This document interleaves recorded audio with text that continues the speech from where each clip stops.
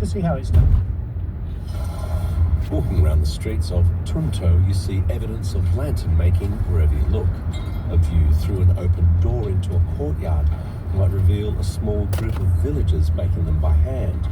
Down the main street, the red lanterns are piled up on top of one another.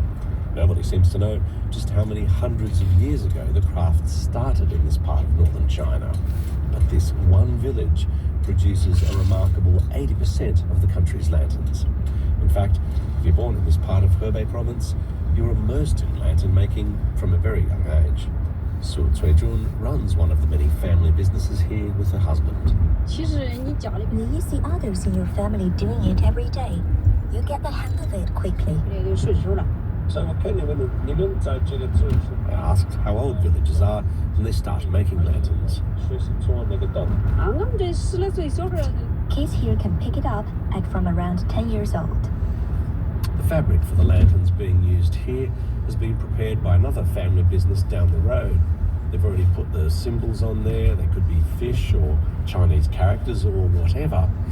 Then, after the fabric's delivered here, the workers will take these metal rods, which have plastic circles attached to either end, and they'll expand the rods with the fabric over the top to form a lantern shape.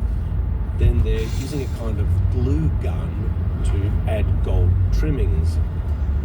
Once the lantern takes shape, the workers will walk outside where I am here and place the lanterns in the sun to dry.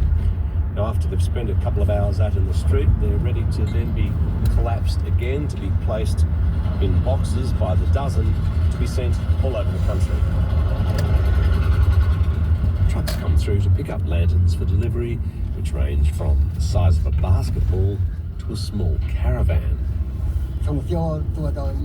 We can make lanterns up to 20 meters tall without any problem.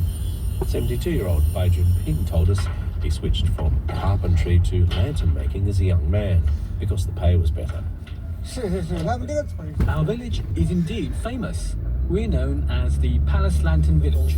I asked how they feel about dedicating their lives to this. Of course I feel proud of my work. Our lanterns can even, at times, be shipped overseas.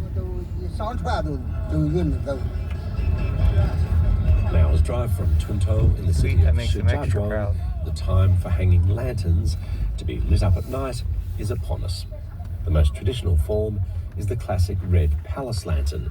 However, these days, there are also those shaped like huge Chinese gods or cartoon characters. I asked one woman